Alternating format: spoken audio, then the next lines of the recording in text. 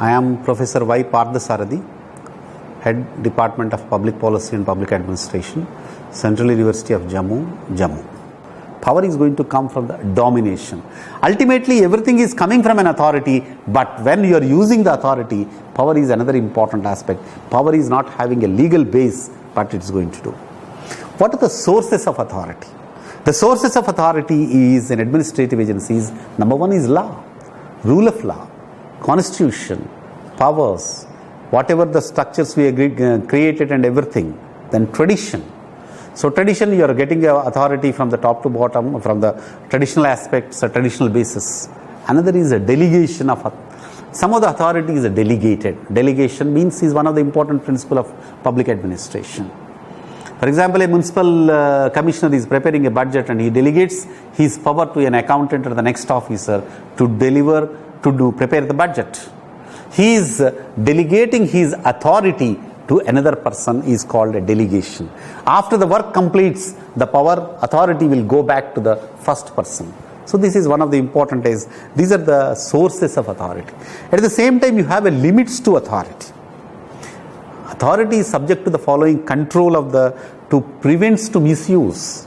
Otherwise, if you are giving power to everybody, so they say about the power corrupts and ultimate power corrupts ultimately. This is what we are talking about. Full power you are giving to somebody, he will do everything of anarchics and dictatorships and everything is going to come into the society. So there are controls. Number one, legislative control. In India, for example, legislature is the highest, parliament is the highest body. It can control the executive authorities. Then ultimate power stands in India with the parliament and the people's representatives. So they can control the executive authorities. They can't take decisions whatever they want to do. Second is judiciary, that is the courts. Courts can stop whoever is doing something, who is doing an excessive power, excessive authority beyond the rule of law and beyond whichever the things are given to them. Then courts can stop in the name of a stay, orders and etc. etc. Press and media. The another important aspect is nowadays, this is a fourth estate, the press is going to write against and they can open it up. These things are happening in so-and-so organization, so-and-so department, so-and-so person is doing like this, etc. The people will fear to the press and media. Then civil society. After the 2000 and other things in India also, the civil society organizations and NGOs are working very well and doing the things. The civil society organizations also controls the threats because of the community-based organizations, non-government organizations, so etc. They are going to do it. Social audit. This is a part of the governance. We are talking of the social audit and checking of the social things. Social audit is another important aspect that people can do, organizations can do. We have a right to check a Gram Panchayat accounts or some other thing accounts, organizational accounts, what exactly happened.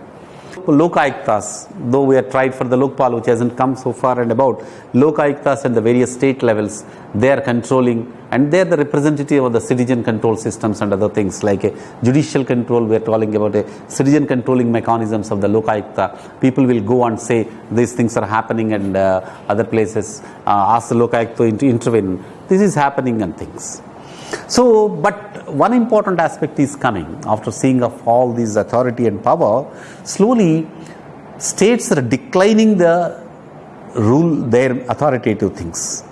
Authority of the state is declining in the globalized period because of the various corporations and multinational corporations are entering and they are dictating the governments and the things.